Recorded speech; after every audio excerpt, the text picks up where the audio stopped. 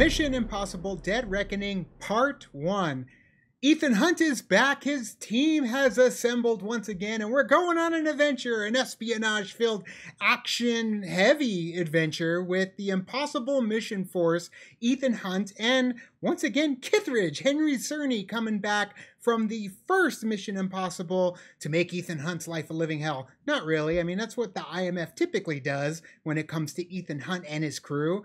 But I love that Henry Czerny came back as Kithridge in this movie, which almost felt like it had really strong connective tissue to that first original Mission Impossible, but, you know, updated for the times. Yeah, I feel like there is a lot of similarities when it came to this one versus the first one. Not just in Kithridge, but just in scenery and stuff that they did in this one too, that made it feel like the one, like the very first one that came out. But it also, you know, with new twists and stuff added on to it, and a bunch of action sets and action pieces. And that's what I love about it, is that you have these grand real places that they use as further action sequences, like beautiful cities, landscapes, and then they come and basically tore through it, as they do in a lot of these Mission Impossible movies, which I really enjoy. I love the cast that we've gotten so far from the movies, especially, you know, coming from the recent ones like Rogue Nation and Fallout, which is really great because it makes it seem like, okay, yeah, they have a good dynamic between everybody to have them come back. Now, granted, when we say similar to the first movie, there's some downtime in this movie. There's some talking. There's some dialogue. There's some connecting when it comes to the characters in this movie. Then there's action. So in that very first Mission Impossible, there wasn't a whole lot of action. Granted, when the action does happen, it's pretty badass. And if you saw the trailer, there's a train sequence once again, very similar to the first Mission Impossible, but again, it felt nothing like that just because it's its own thing. And it's badassly done, but in a way that feels more over the top than some of the earlier Mission Impossibles, and we say that when there's doves and motorcycles flying on the beach, but it does feel more action movie than the first Mission Impossible. They've really kicked things up a notch. Now, with that being said, they do kick up some of the comedy in this movie, I feel, a lot. And it does kind of drag out a little bit too much in certain action sequences to where it's like, okay, come on, guys. Like, you really don't need to take this long with this car chase, but your humor and comedy is what's dragging it out. Yeah, it kind of falls flat a little bit when you get to those points. They overindulge themselves a little bit too much in those moments. But now, granted, we say it felt flat and they overindulged, but there were people in our auditorium that were busting up laughing when it was going down. So to each their own. Some of you are going to see it and you're going to love it, and that's cool. But to us, it was like, come on, like, we're in the thick of it and you're stalling now, literally, to have some funnies. It kind of felt like Family Guy a little bit, how much they dragged it out. I will admit, though, too, I felt like some of the action sequences kind of overstayed their welcome when they were doing them, and it felt like, okay, yeah, we get what you're trying to do, but let's make it a little tighter.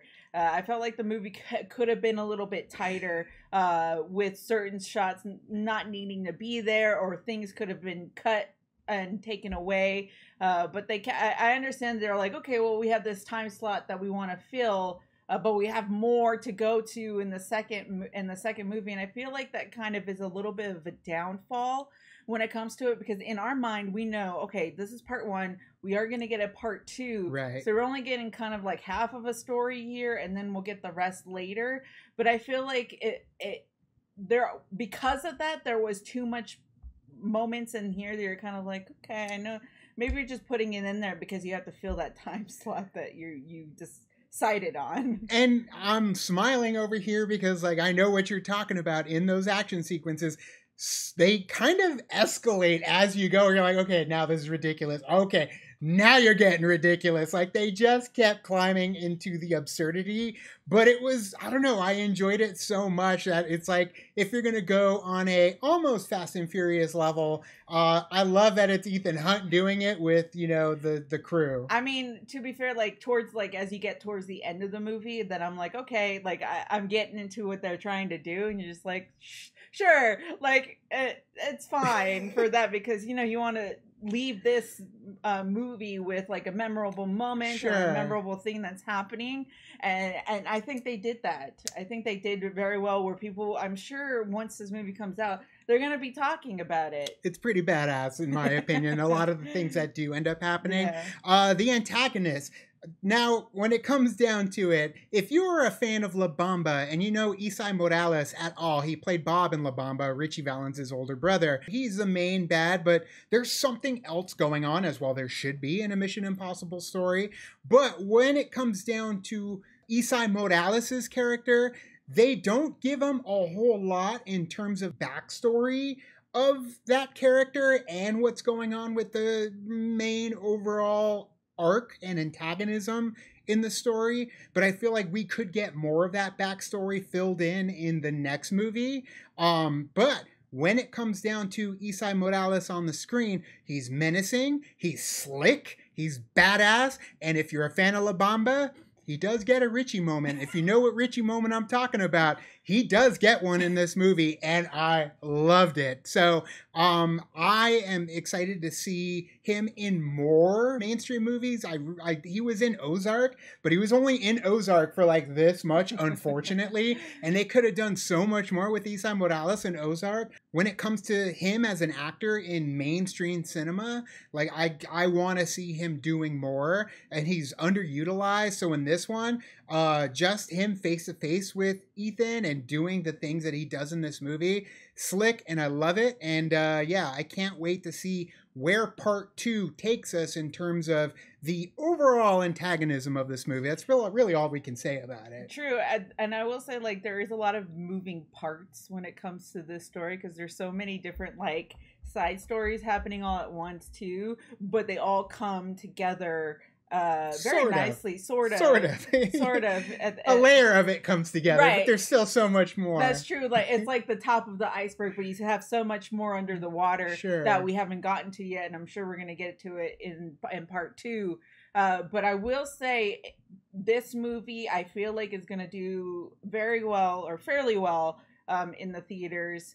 Because one, it is very action packed, and I feel like, you know, that is your typical summer blockbuster that you want to go see, you want to have fun and enjoy yourself, and I feel like Mission Impossible Dead Reckoning Part 1 does give you that. It does. And Tom Cruise, man, Tom Cruise already showed what he can bring to the theaters when it comes to Top Gun Maverick. You know, everybody loved Top Gun Maverick and went and saw it in the theaters, so it's going to be interesting to see if they'll come back. Another thing, forgot, Lorne Balfe doing the score of this movie. Now he's returning doing the score of the movie. He's been killing it with the last few. So with Lorne Balfe, there's an aspect of the Mission Impossible films that I always felt was missing, but luckily Michael Giacchino brought it back in Mission Impossible 3, and then Lorne Balfe utilized it as well in Fallout pretty heavily, but it is all over this one. If you watched or are aware of the original Mission Impossible series that used to air, the TV show